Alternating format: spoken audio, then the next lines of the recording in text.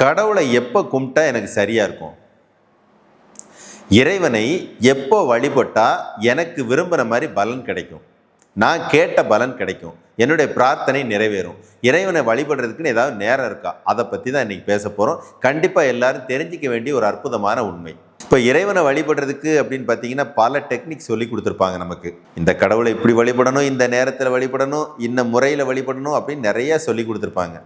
இன்னும் சில பேர் பார்த்தீங்கன்னா கார்த்திகை நட்சத்திரம், நான்லாம் 25 வருஷமாக கார்த்திகையான பழனிமலைக்கு வர்றேன் தெரியுமா, நான்லாம் பிரதோஷம் ஆனால் கோயிலுக்கு ஒரு தடவை கூட விட்டதே இல்லை தெரியுமா, நான்லாம் ஏகாதசி ஆனால், நான்லாம் சிவராத்திரி ஆனால், நான்லாம் அமாவாசை பௌர்ணமி ஆனால் அப்படின்னு சொல்லிட்டு ஒரு கூட்டம் போய்கிட்டே இருக்கும். முதல்ல இறைவன் அப்படிங்கிற வார்த்தைக்கான அர்த்தத்தை தெரிஞ்சுக்கோங்க.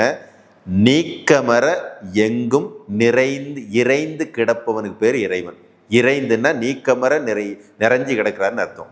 இந்த இறைவனுக்கும் மனசுக்கும் தொடர்பு இருக்கு. உங்கள் மனம் என்ன நினைக்குதோ அதுதான் இறைவன் வெளிப்படுத்தக்கூடிய குணம். இறைவனும் மனமும் ஒண்ணுன்னு கூட வச்சுக்கோங்க. யாரோ கொடுத்த நிர்பந்தத்தின் பேரில், யாரோ கொடுத்த வழிகாட்டுதலின் பேரில் உங்களுக்கு விருப்பம் இல்லாம நீங்க ஒரு செயலை செஞ்சீங்கன்னா அதன் மூலமா பலன்கள் உங்களுக்கு கிடைக்காது. உங்களுக்கு திருப்தியை அளிக்கக்கூடிய வகையில பலன் கிடைக்கவே கிடைக்காது.